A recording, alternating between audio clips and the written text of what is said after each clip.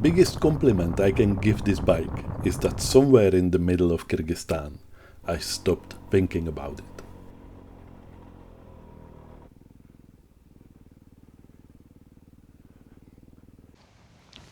People keep posting reviews of these things from a local green line, but then there is a phone signal. Everywhere, even if you push the bike, is a walking distance, so if you push it back home, you're in the pub by 6 o'clock in the evening.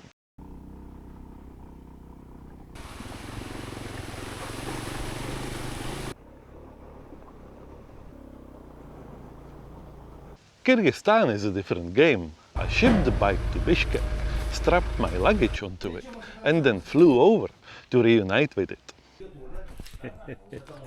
The bike is there.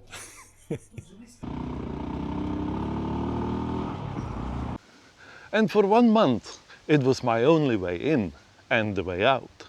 And if it did break, I would be stranded in the middle of nowhere.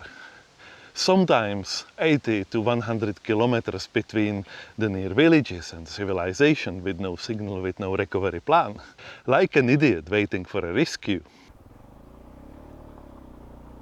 4,500 kilometers, most of it off-road, and the complete damage list has 2 items on it.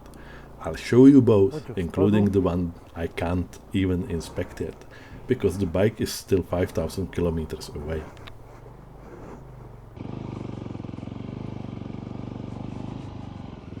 The numbers first. 24 days, 4,500 kilometers. Most of it dirt, gravel and corrugations. Passes over 3,500 meters, sometimes almost 4,000 meters. Full soft luggage the whole way. Fuel quality, let's call it optimistic. And the bike costs less than panniers on some of the bikes people take on trips like this. Before this trip, Voge 300 Rally was a theory that worked great on paper.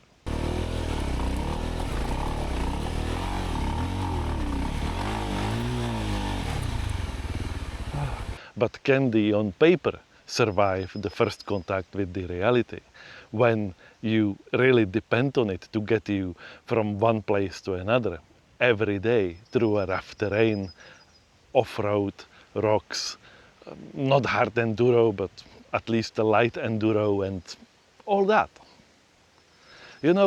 Before this trip, last year I've done Turkey on Ducati Desert X. Excellent bike, a little bit top heavy, and with the Desmo engine and with it's basically a piece of jewelry that you try to protect from the trip.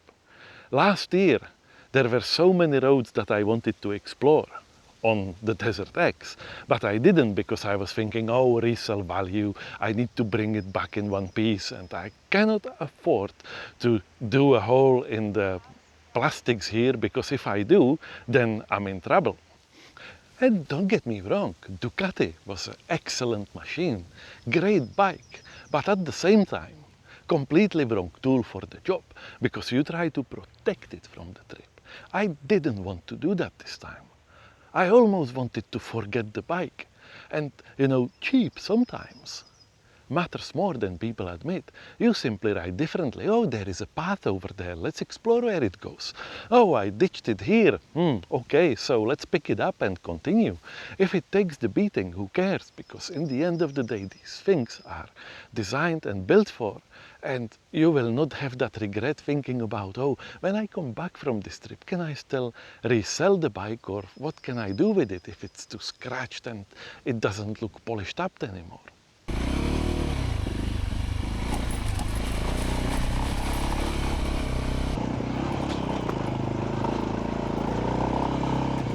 And that is probably the whole point why I travel.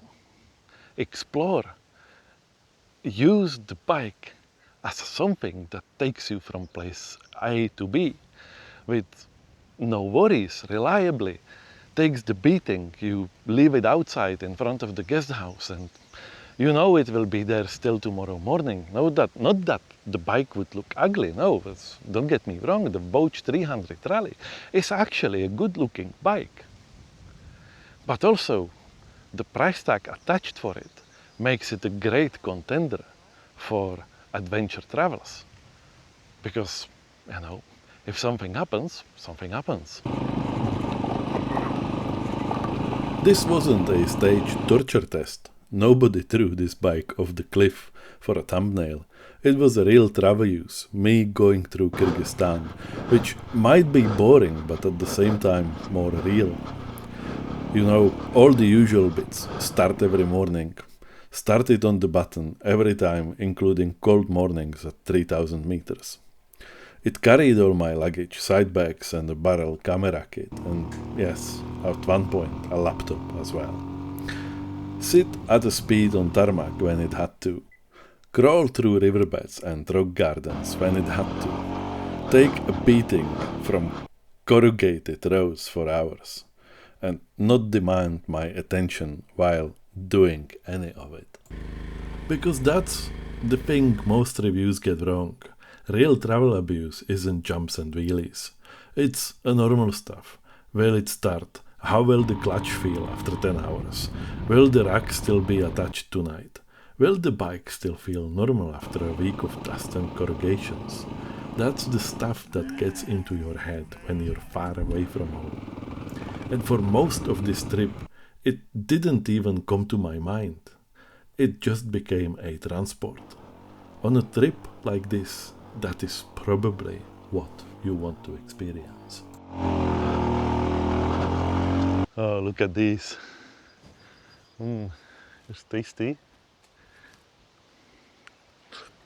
They are. And sweet. That's lovely. Wild plums or something. Let's grab one more. So what is it that's actually good about this bike? Well, first, the weight. Compared to a big adventure bike, this thing is featherweight, and I mean this as a compliment. When it goes wrong off-road, and it will, you will pick it up alone at altitude and without putting your back out. That alone changes roads you're willing to try significantly.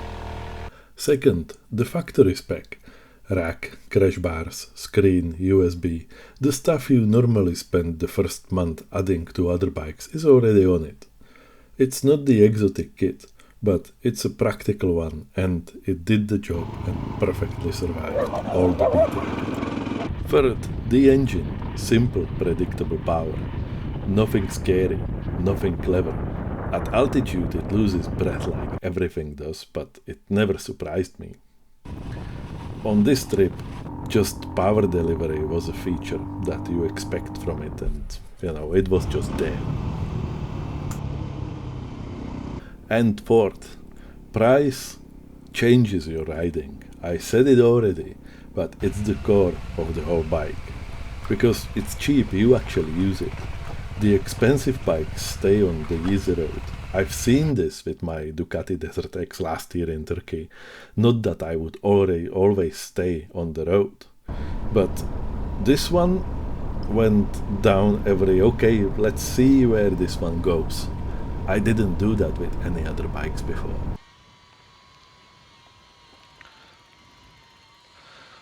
Right, 4,500 kilometers.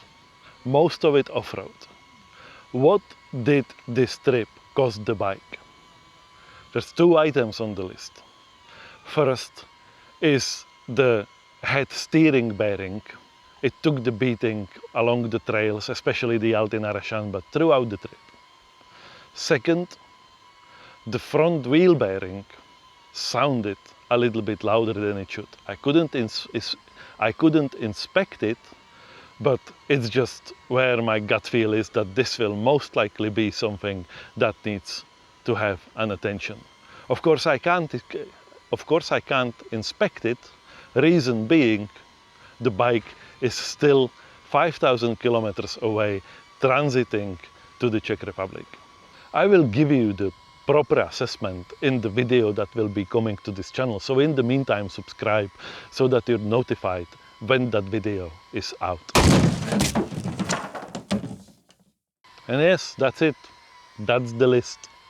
And before any one of you internet warriors says it, head bearings die on corrugations on every bike. KTMs eat them, BMWs eat them. That's not a Voge problem, that is a Kyrgyzstan problem. Everything else on the bike is just a service. Oil and filter, air filter, chain adjustment.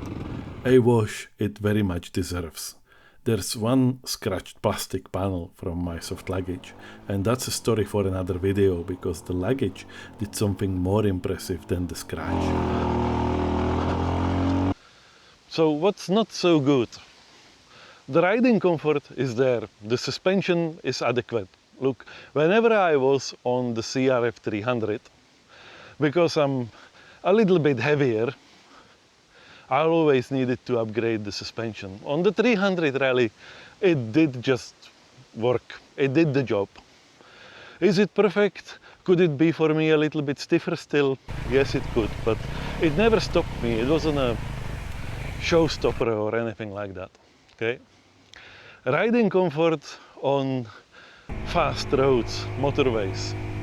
Look, it's a 300cc single-cylinder bike. What do you expect? It's not a racer, it's not a sports bike, it's not a big adventure bike tourer. If you are a little bit on the softer side and you need comfort, of course, riding a 300cc bike on a motorway with its vibrations and quirkiness and character is probably not for you. You remember this trail from my previous videos? That's where I first trail tested my Voge 300 Rally when I got it new. Now, the comment I already see coming is, Leo, bloody hell, then just buy the Honda CRF300 Rally then. And look, yes, it does make sense if the badge is important for you, the dealer network. I'm not going to talk you out of that. CRF300 Rally is actually a good bike from Honda. For me, whenever I sat on one, I needed to upgrade the suspension. I already mentioned that. Well, that's my problem, not yours, because when this goes out, it's better. When it's on me, you know, diabetes is a real thing. So, you know, when you are insulin resistant, you gain weight, you lose weight, depending on the cycle you are in. But anyway, that's not the point. For the price of one Honda CRF300 Rally, you can conveniently get two Voge 300 Rally bikes. That's the price tag, okay? In places like Kyrgyzstan, dealer network or anywhere outside of our Western civilization, the dealer network probably isn't as important more than, can I find a mechanic who can fix my bike if something is seriously broken? Welding, rebuild engine, all that you cannot repair on the side of your road. And you know, for that, the Voge 300 Rally is a simple enough bike to be repaired anywhere. The engine, a well-known Kawasaki engine that's been around for ages. The frame, the suspension, everything so simple and available that anyone with a good mechanical engineering skills can fix that. If you're the one who needs dealership reassurance and insurance more or less, if you need the dealer network, and of course go for it. It's one side of the story and it makes perfect sense. For me, it didn't really, because that's not necessarily who I am. You know, there's a problem, let's go and sort it out somewhere by someone. Because, you know, in Europe sometimes we have this, oh, for the dealer service or dealership service, book yourself 3 weeks in advance and then wait. No, sorry, I want to get it fixed tomorrow.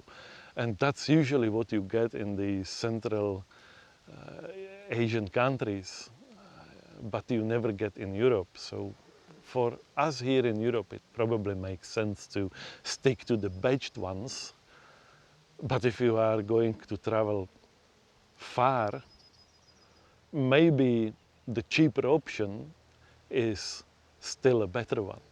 And by the way, I cannot, after all I've seen that the bike did with me and for me on this trip, I cannot just call it a cheaper alternative to the Honda CRF300 Rally. For that, it did too much.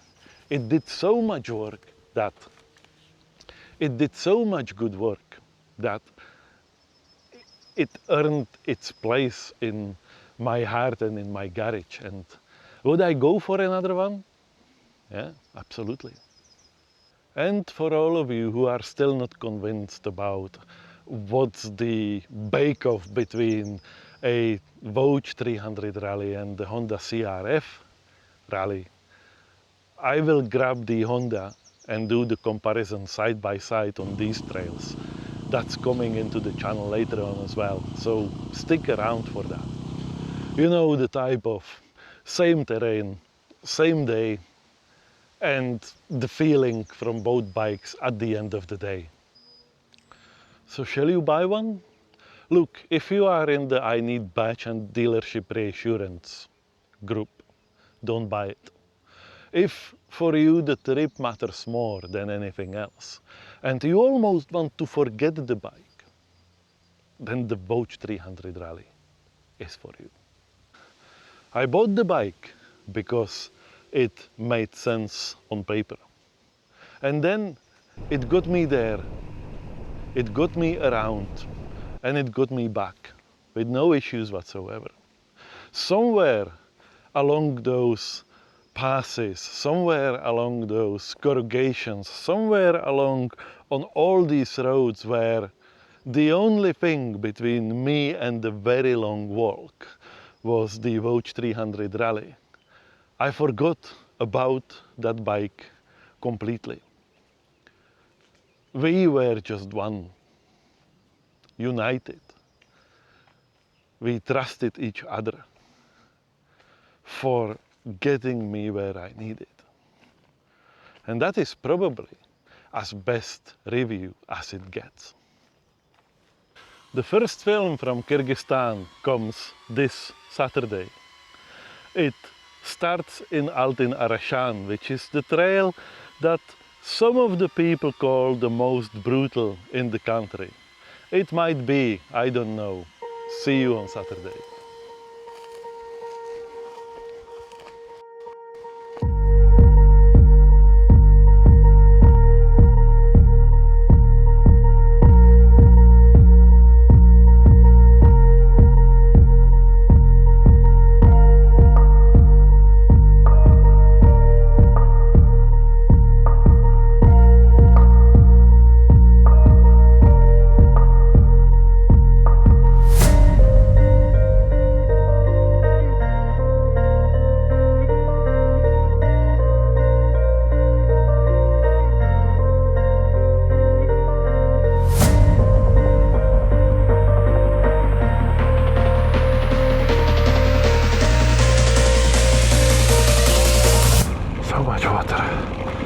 It starts pissing raining again.